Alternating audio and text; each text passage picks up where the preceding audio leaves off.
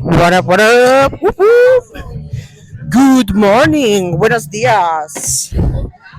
I am actually going to try to post this because I haven't posted anything in a hot minute. This is the second week of the hypertrophy program that I'm running by Dr. Milo Wolf. Um, that means that I am sticking with this idea of being able to grow muscles just because it's been easier to do than training in like lower rep ranges with higher weight. My body seems to like a little bit more, sort of. I say that, but today I'm actually still sore as fuck from having to split up one of the workouts, and I had to do some like chest flies. Yeah, that's not something I would ever do, but I did them. Um, Mostly because I trained from home. I was gonna do cable flies instead. I did dumbbell chest flies. That shit wrecked my shit. And I also am a little bit sore from some belt split squats that I decided to torture myself with. They're supposed to be dumbbell split squats.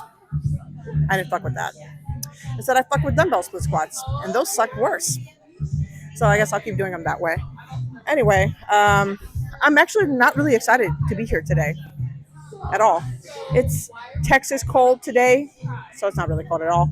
So this would be nice weather to stay at home and read a book or send out resumes to jobs that I have no chance of getting, but I'm going to send out for anyway.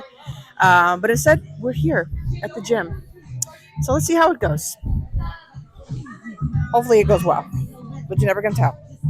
But we're just gonna fucking do it anyway. Yay! I could not convince myself to do any recording during my training session, like to stay mic'd up. I don't know, just didn't feel like it. So I'm going to do the voiceover thing. So this is the second week of the template, like I mentioned, and it just means a lot of volume. So this is 165 pounds for 3 sets of 10, which is 10 pounds more than I did last week, but with one fewer set. I did 4 sets of 10 at 155 last week, and yeah, that was a lot of reps. Like, it kind of left my quads sore and my hip a little twingy for like a day or two, so yeah, wasn't too crazy about the idea of saying like, oh, I can do 4 sets of them again. Plus, reading the instructions of the template, I don't know why. I mean, I know this. I've been training long enough to know this. You don't have to go balls to the fucking wall with the number of sets at the beginning of the program. Like, I'd be perfectly fine for me to just do 2 to 3 sets at manageable weight, add weight when you can, or add reps if you can, because the prescription for these is actually 2 to 4 sets between 10 to 15 reps. But the idea of doing 15 reps at any weight is absurd to me right now. I say that, but yet I was doing like belt squats for like sets of 20 to myself. Like, I programmed that shit for myself, which don't ask. I mean, it was fine, but anyway, so these were all pretty comfortable. The depth was good. The bar felt okay. I did feel at about maybe the 6th or the 7th rep where you're just kind of like, oh my God, I can't believe I'm doing this to myself. But that's the whole point, is to build up some more capacity, I guess, and to hit those higher rep ranges so that you're stimulating hypertrophy. This is my second set. I wanted to get one from the front so you could all see my shirt that my mama got me for Christmas. Yeah, I felt really strong in my Rocky Balboa shirt. Which, I'm a fan of the movie. I have no idea what the hell is going on with Sylvester Stallone. The dude's probably problematic as fuck. That's how it is these days. Anybody that you grew up knowing about when you were a child, they turn out to be just like a total fucking shit show of a human being. So anyway, I don't know anything about Sylvester Stallone. I just know that I grew up watching Rocky. I liked it. My mom got me the shirt, so we wore it today. These are my new tights too. Sorry, this is not a fashion channel, but I don't know what the fuck kind of channel it is.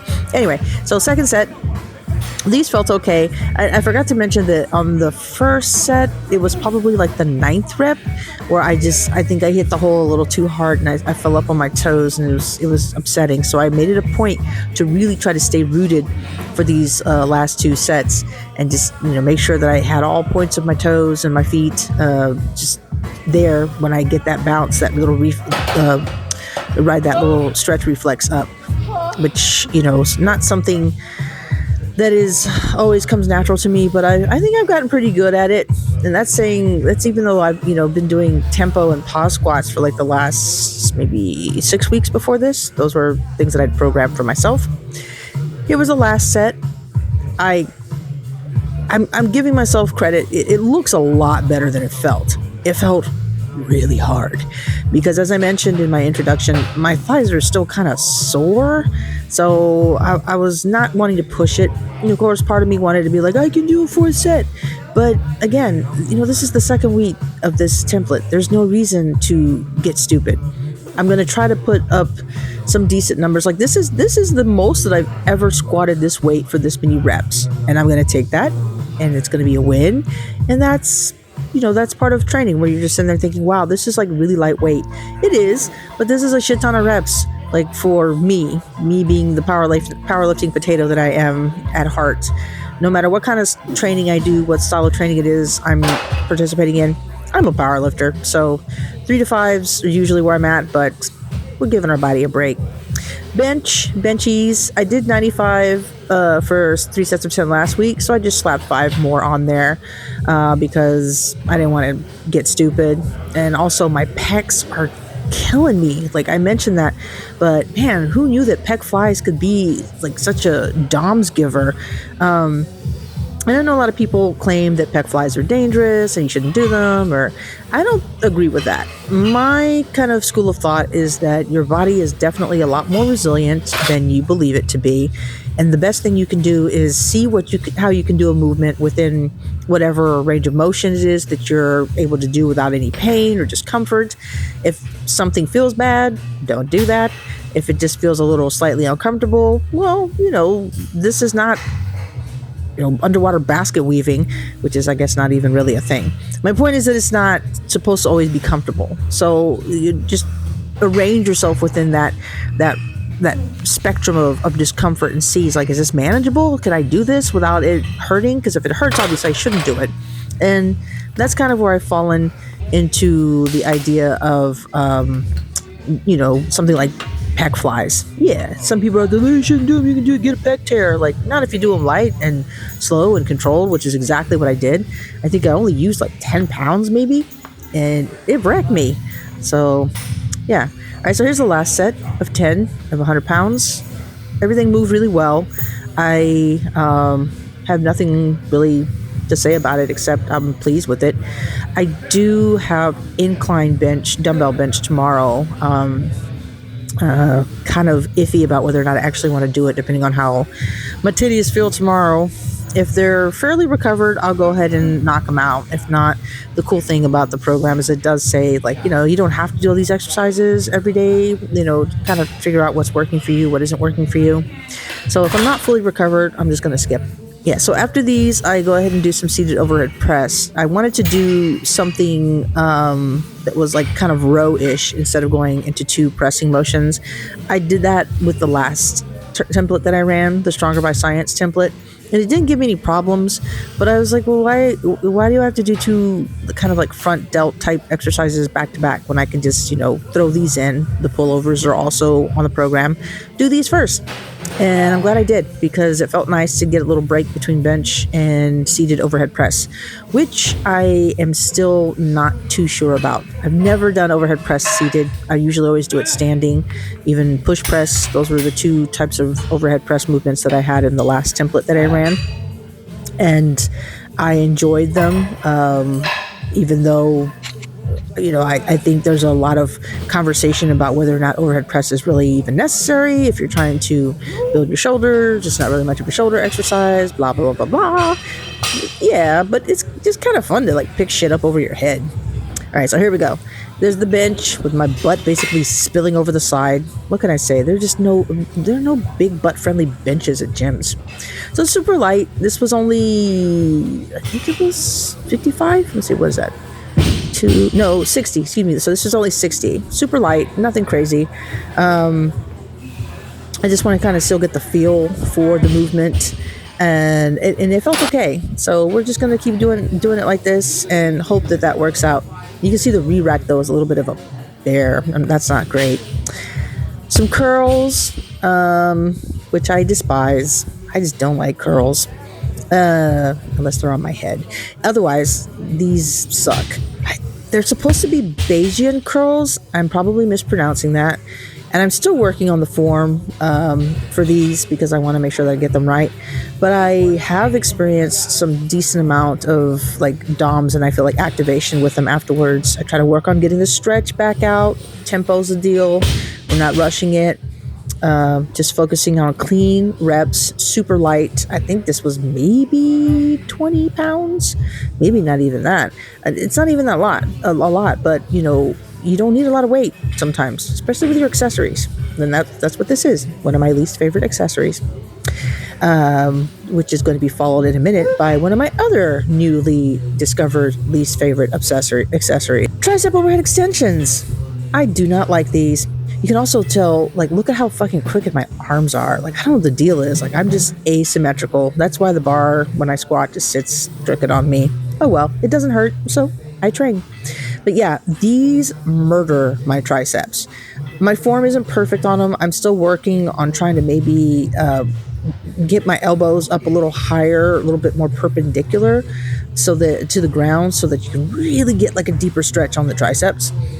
I hate working triceps, but I'll tell you what, man, if it helps me with my bench, fuck it, I'll do it. I will work triceps until the cows come home. But I do like using that bar attachment for these. That's my favorite. I might mess with the rope every once in a while, but for the most part, that's my favorite attachment to use. And then you'll see as I finish this set that I have a very extra dismount in store for you because, wouldn't be me if I wasn't at the gym acting like a stupid ass a little bit. I meant to add this to my video, but I'm just going to record something and add it this way. So, if you are going to the gym right about now and you've been going to the gym for a while, you will notice, not surprisingly, that there are probably more people than usual at your gym. You're going to see some new faces. There are going to be people that are maybe looking a little unsure of themselves, uncomfortable, and I don't know where it is you train or what kind of training you're doing. If you're at a CrossFit gym, you're at a Pilates studio, or like me, you're at like a kind of like a local gym, small vibe, whatever it is that you're at. I really do hope that you would do whatever you can to make the people at your gym feel welcome. Because I didn't start as a New Year's resolutioner. I think I started going to the gym in like August of all times, which is insane because August in Texas is the fucking worst. But I've been at the gym long enough to see these people who do come in right around now, and I'm always thinking to myself, I hope that they stay. I hope that they feel welcome enough in wherever it is that I'm training to want to hang around. I hope that I look like somebody that they're willing to ask questions of, because I would love that. I would love it if you want to ask me a question about a piece of equipment or a barbell. That's already kind of happened at my gym. I think it was last week. There were some women who were using what we have in our gym called a squat bar. A squat bar is longer, thicker, and heavier than your standard 7-foot Olympic barbell, which are usually 20 kilograms or 45 pounds. And you could tell that they were like, wow, why does this feel so heavy? And they were kind of fighting for their lives on their squats. I was like, I don't think they know how much that bar weighs. So I went over to them and just kind of said, hey, just FYI, that barbell that's called a squat bar, and it's, a little heavier, and explained it to them. They're like, oh, we were wondering. And they were so grateful. And the lady, there was 3 of them, but there was only one of them who introduced herself to me. She told me her name. I gave her my name. I said, yeah, well, welcome to the gym, because it was her first time there. And that's it. That's how simple it is. Be that person, especially because I feel like I'm very nervous about just how bitter and cynical I'm about to get as things progress in this world. Or, I mean, who am I kidding, in this country? Um, but the gym has become my happy place. Like, I I say that because people who look like me, yes, I mean ethnically, but also as a woman, single mother, middle age, don't always go to the gym feeling comfortable. But I've been training long enough with enough confidence that I feel like I could go to any fucking gym in this country and be like, I know my way around this place. I can figure it out. I understand how machines work. I understand the difference between the kinds of barbells. I understand the benefits and the negatives of using different kinds of plates. Like, I know my shit. People may not look at me and think I know my shit, but I know my shit. And part of that is something ingrained in me personally, which is like a desire to impart knowledge and make other people feel empowered when I impart that knowledge to them, especially in the gym, because it's been such an important part of my life. It has changed the way I see so much about myself, about other people. And if you can be a person who does that for someone else, just do it. Yeah. So be nice to the newbies. I mean, and let them do their thing. Like if they want a quarter squat, let them quarter squat. If they want to squat with the deadlift bar for the first month, let them do it, but not forever because as they start to get heavier, it's not gonna be a great idea.